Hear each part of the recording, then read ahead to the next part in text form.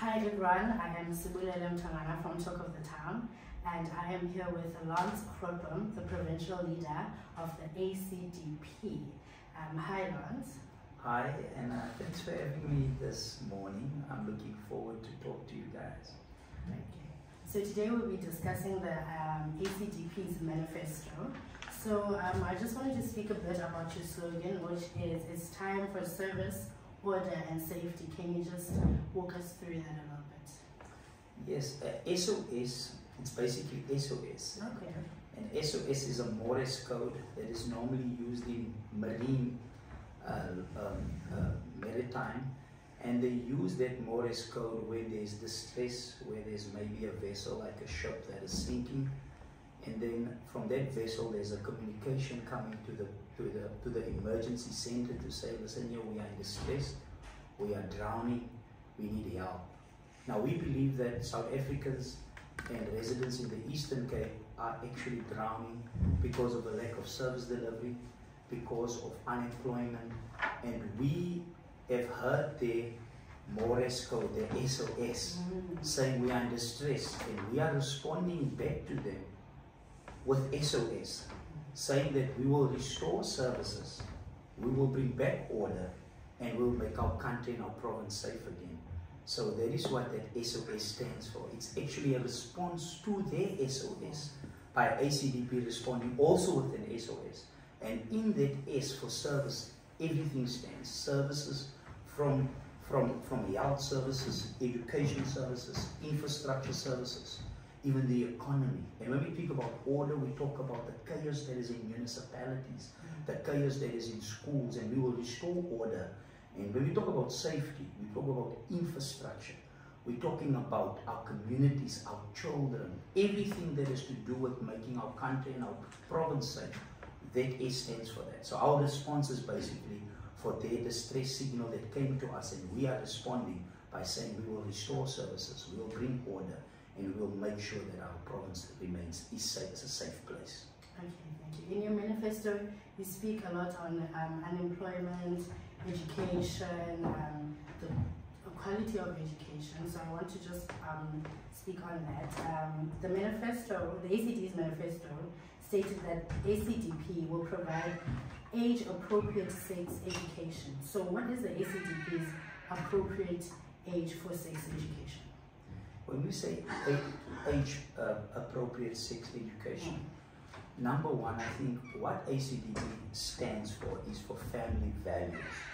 We believe in parental responsibility, and we look at whether parents are involved in the decision making when it comes to their children's education. So when you go to sex education, which is age appropriate, you need to have the parent involved. You cannot teach a minor child about sex education, and that child is not ready to hear that. And that child has not been taught at home, or their parents are not involved in that education. What we do now, and as a practicing lawyer, in law we say between the ages of 7 up to 7, a child does not know the wrongfulness of his actions. When a child is between the ages of 14 and 11, in law it says you are presumed not knowing the wrongfulness of your actions. So if our law is saying if a child is arrested for a criminal thing, that child does not know between right and wrong at the age of 14. A prosecutor has to prove that in a court of law, with psychologists come to say that that child knows the wrongfulness of his or her decisions. Now, if you teach a child at the age of 10, and our law is saying that that child doesn't know the wrongfulness of his decision, how will that child understand stuff that adults do? So now we're saying it's supposed to be age appropriate. And the reason why we're doing that is because we believe that the government, through their comprehensive sex education program, wants to teach the children different genders. Not the same genders of male and female, but genders of LGBTQI. Now we don't have a problem with that, but our big problem that we do have as parents, if that is not to do with our values or our belief, we have a problem. We can't let you teach our children what we as parents don't believe. That's why we are for parental consent. We say Let the parents be involved in the decisions that you make when it comes to education. That's why on age appropriation, that's where we are. It says talk to the parents. If it's part of their values, then teach the children. But if it's not part of their values, don't go against the family, because ACDP is the only political party that believes in the family unit. Because the family builds communities, builds a nation, it builds a country. If the family is disintegrated, the community is disintegrated. If the family is weak, the community is weak. So we believe if you strengthen the family, you strengthen the community, you strengthen the nation. So parental responsibility becomes key. Okay. On education, the ACDP's manifesto speaks a lot about the education. I just wanted to find out how will having smaller classes and teaching in the mother language decrease the dropout rates? If you look at the rural communities, children are walking long distances. So there are a lot of schools in rural communities that have small schools because it's close to children. Now the government through the Dela bill has made this decision that small schools between 150 and 200 must be closed down. Now there are a number of them in the country. Now the problem is you already have overcrowded schools. If you look at our current schools that is in the suburbs, they are overcrowded. Our government schools are sitting with almost 100, in the Eastern Cape, 170 children in a class, where that class is built for only 20 people. Now, here you want to close schools which is in close proximity for children, especially children that lives on farms. Their parents work on farms. So there's a school close to that farm where they walk, but the school is not big enough to accommodate them. If you're closing them, how are you going to get them to the bigger school? If you can't provide already transport, there's not even already enough money to cater for other children across the country. Your food programs are not getting to children because there are a lot of schools, your school material is not getting to them. We know that. The children is still waiting for books that has not been arrived. Now you want to close small schools which is very close to the community. So the ACDP feels that there is ways, remember we are family centric. Yes. So we look at families and what is better for the family. We must understand that government's job is to protect the family. Government provides the environment to make sure that the family thrive. If the family can't thrive and businesses can't thrive and people in the communities can't thrive, then it's a problem. Now closing that will not allow them to thrive. It will actually work against them. It's working for them now. That's why you can see in the Bella Bill, a lot of parents are going out to say, we are against you closing small schools. So that is our position when we look at small schools and why we believe they are so important. Yes. Especially private schools and homeschooling. That's right, because those are also small schools. Yes. And just on the same question, can you just elaborate more on the mother language, like people, children being taught in their home language? How will that decrease the number of dropouts? Listen, because remember, culture is formed through our languages. Yeah, because we've got 11 languages, so culture is important and we've got different cultures. It is very important that parents make the decision of how their children should be taught. So if your home language is Xhosa, you should be eligible to learn Xhosa because that is your family. Remember, parental responsibility. Family is critical. So we don't want government to say to us, everybody must learn in Xhosa or in English or in Afrikaans. But we don't want government to say that we will abolish or we will take Afrikaans away. There are Afrikaans communities that believe in Afrikaans language. That is their culture. We should protect that. The same should be for English, Xhosa, Zulu, and any other language that is one of our national official languages. We should put education in all those languages, making sure that English are still the main language because it's an international language. We are already in globalization where we're trading globally. And if our people don't understand English, it's going to be a problem with what's happening in the 4th Industrial Revolution. So English, and I think your mother tongue should still be there. But what I'm trying to say is the main thing for the ACDP is let the parents have a voice in it, not the government. The government should not tell us what they think is better for us. We should tell them what is better for us in terms of our values. Can you please, there was a statement that was written in your manifesto that I'd like for you to elaborate on. The statement read, repealing the Basic Education Laws Amendment Bill. What does an ACDP mean by doing that? That's the Bella Bill. Yes. When we say we repeal, we have objected against the Bella Bill. Okay. There are some good in the Bella Bill, but then there's some bad in the Bella Bill.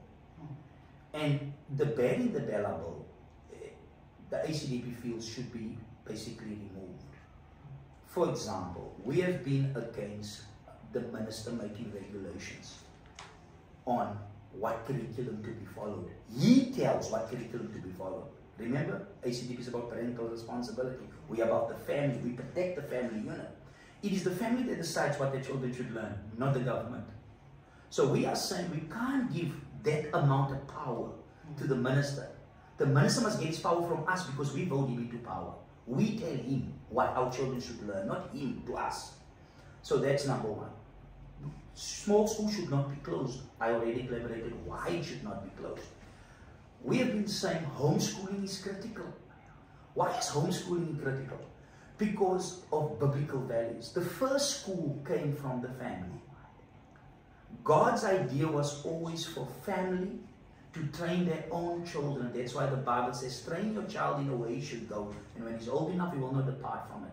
So homeschooling allows parents to be able, because remember the responsibility to teach and educate children is not the government, is the parent. So homeschooling still allows you to have that right. So ACDP has been saying for the minister to decide what they should learn is a problem. Because the parent sends your child to school with the intention of that school teaching what the parent wants his children to learn. We also felt that the agenda of the comprehensive sex education is now pulled to this Bella Bill. And we felt that why must our children learn more about sex than maths? That's what the country needs. We need doctors, we need lawyers, we need accountants, we need engineers. Those skills of sexuality won't improve them. We are going into a fourth industrial revolution with AI that is on the doorstep. Our kids are way behind of what's happening in Europe, and you want to educate them on sex. So the Bella Bill is actually a document drafted to pull in an agenda, we believe. That's why we mobilize so many communities on it to say, and you could see the number of people going to public meetings because they were against the Bella. So the ACDP felt those key components in the Bella is a problem. We had issues with the grade R issue because we felt we're not against grade R to start normally, in schooling here. But the problem is you don't have money already for grade 1. Where are you going to get money for grade? You don't have enough teachers already for grade 1. How are you going to get for grade R? How are you going to do it? Do you have money? Where are you going to get the money if you're misappropriating the money that's there? So we were saying, when you're ready, then it's fine, but you're not ready. So that was just some of the points. Remember, there are 4, 5, 6 provisions in the Bella Bill that we have been against. But I'm just telling you the core ones now. So that's the reason why ACDP will repeal the Bella Bill. And we will use the current bill that is there, the current law, the education law, which is protecting currently freedom of religion, freedom of belief, freedom of education and what you should learn in school.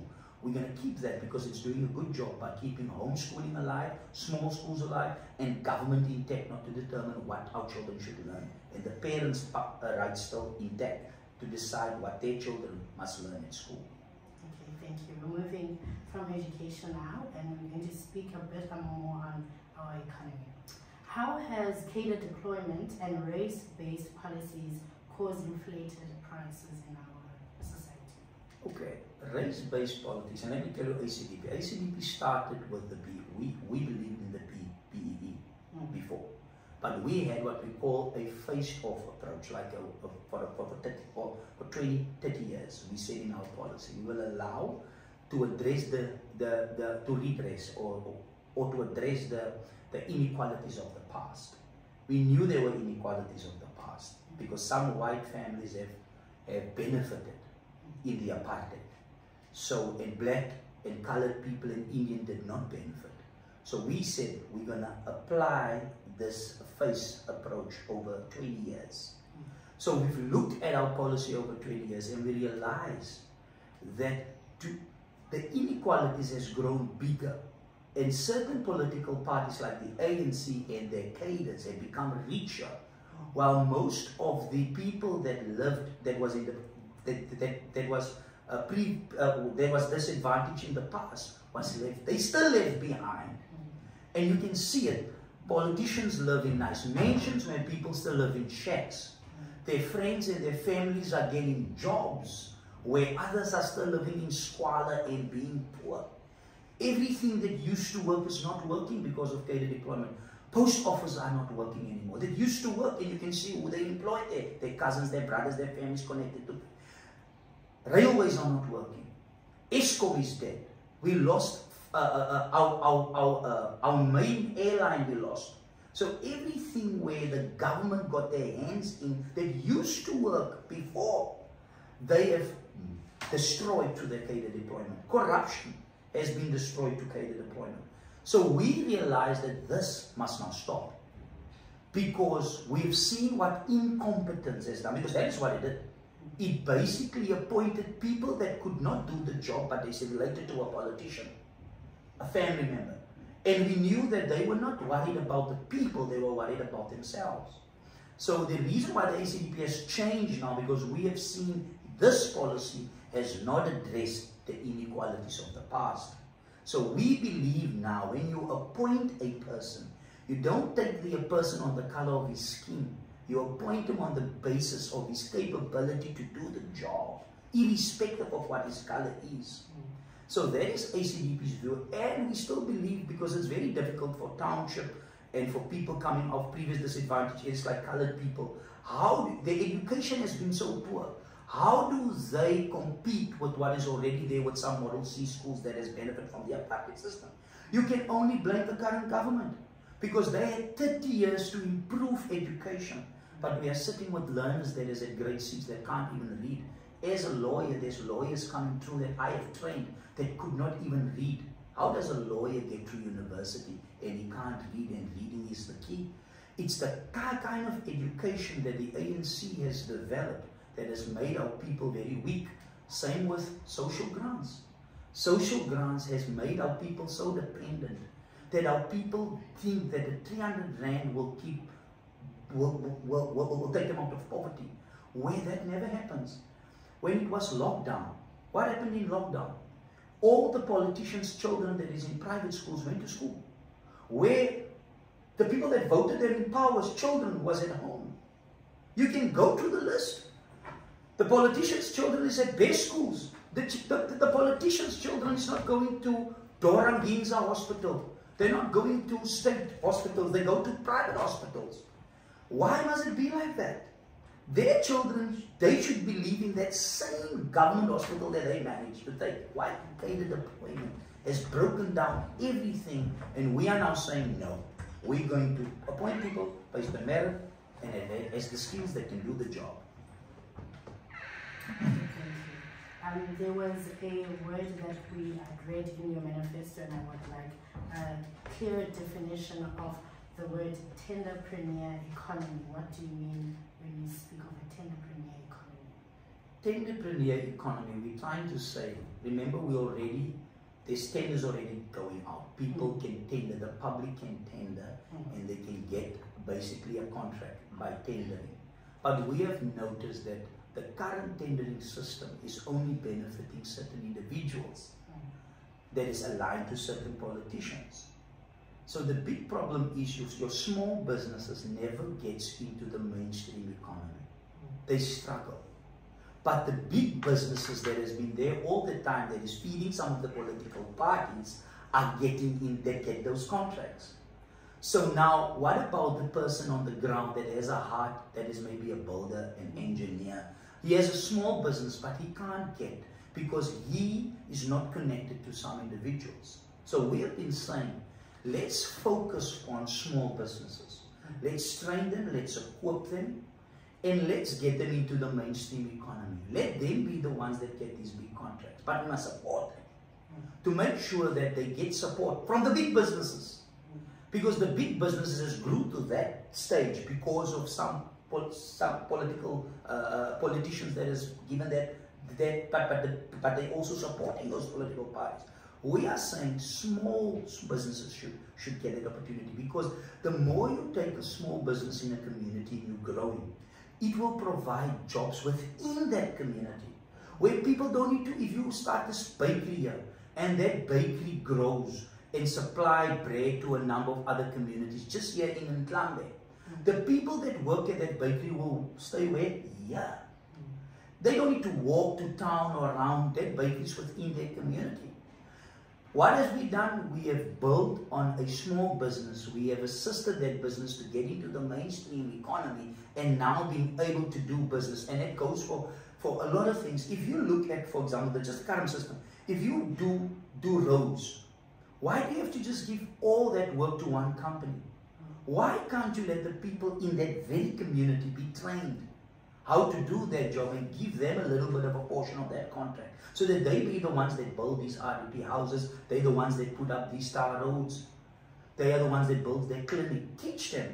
The apartheid government, what they did, and was a good thing they did, because my father came from that. They taught him how to be a mason. They taught him how to be a plumber. And when my dad left, when the job was finished, he had a skill. He had no education, nothing. He was standard 4 out of school. But he know how to build, he know how to do plumbing. He started his own business.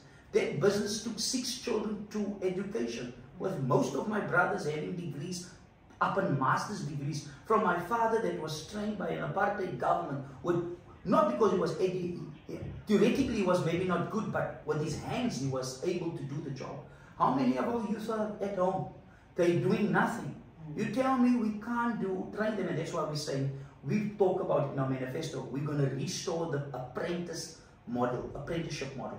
So big businesses that is already eating big money, we are going to make it compulsory for them to make sure that they take young businesses under them, mentor them, train them, so that they also be able to grow, get into the mainstream economy, and also trade as big as they are trading. That is what we're going to do, and that's why we're bringing it back. We believe in the apprenticeship model, because that is the only way we're going to deal with unemployment among our young people that sits at home, hands idle, doing nothing.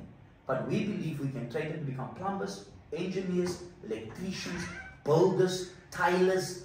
There's a lot of things they can do. Some of them are so good at just working with mechanical cars.